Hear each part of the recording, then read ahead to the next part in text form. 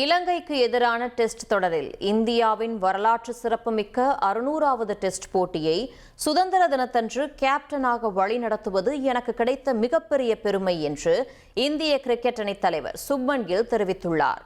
இந்திய கிரிக்கெட் அணி இலங்கைக்கு எதிராக டெஸ்ட் தொடரில் விளையாட இருப்பது இந்தியாவின் 600வது டெஸ்ட் போட்டியாகும்.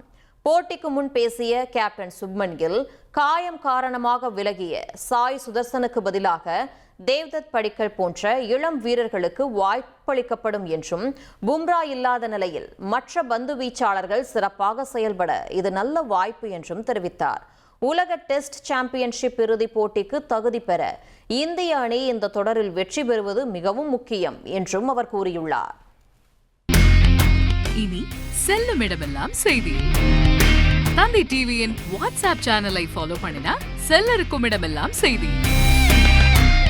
இதோ QR கோட் இப்பவே ஸ்கேன் பண்ணுங்க, ஃபாலோ பண்ணுங்க.